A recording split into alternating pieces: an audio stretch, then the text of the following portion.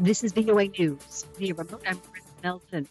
7 Minneapolis police officers have quit as the future of the city's entire police department is uncertain after the death of George Floyd.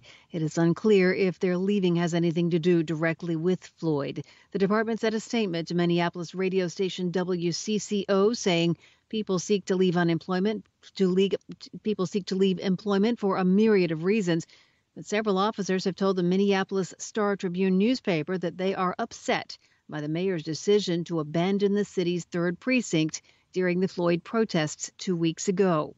All 12 city council members said in a resolution last week they intend to dismantle the city's police department and replace it with what they call a transformative new model for cultivating safety, end quote, in the city, the details of which are unclear. 14 police officers who say they're speaking for the hundreds in the Department of Officers have written an open letter to the people of Minneapolis condemning the policeman Derek Chauvin, who kept his knee on George Floyd's neck for nearly 9 minutes on Memorial Day, which allegedly contributed to Floyd's death. Derek Chauvin failed as a human and stripped George Floyd of his dignity and life, the letter reads. It continues, "This is not who we are." And once again, that's a letter written by 14 Minneapolis police officers to the people of Minneapolis, Minnesota.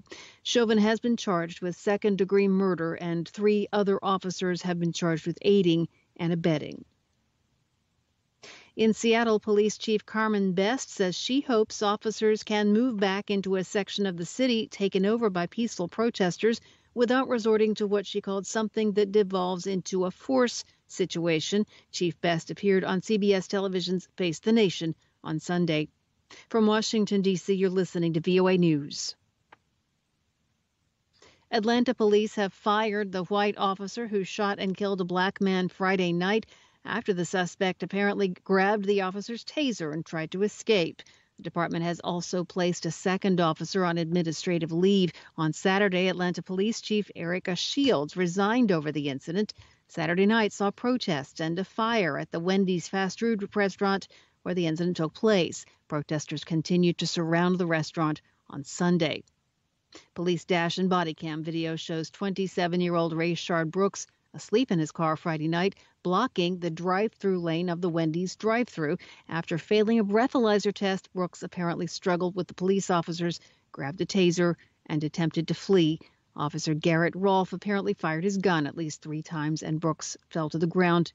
He was pronounced dead at a hospital. Brazil has moved past Britain to become the country with the second highest COVID-19 death toll in the world, just after the United States. The South American country's death tally early Sunday was 42,720, according to Johns Hopkins University. Britain has lost 41,747 people to COVID-19. The United States has lost 115,436 lives to the coronavirus pandemic. Johns Hopkins reports the number of coronavirus cases around the world is steadily climbing toward the 8 million mark. The U.S. has more than 2 million cases. Brazil has 850,000 infections, and Russia has the 3rd highest number of cases in the world with more than 519,000. Reuters is reporting Egypt will reopen at all of its airports for scheduled international traffic on July 1st. That's according to the civil aviation minister on Sunday, after suspending regular commercial flights in March because of the coronavirus outbreak.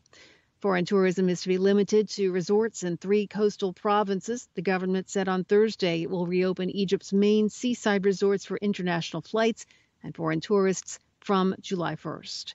White House economic advisor Larry Kudlow said Sunday that the U.S. economy, the world's largest, is, in his words, now in a recovery stage from the debilitating effects of the coronavirus pandemic that closed thousands of businesses, even as forecasters say unemployment figures will remain high for months. Kudlow told CNN on Sunday, "I think we are on our way back. 2021 is going to be a solid year."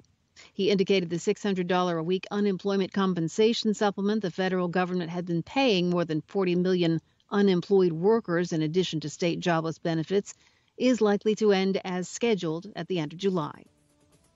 Via remote, I'm Marissa Melton. You're listening to VOA News.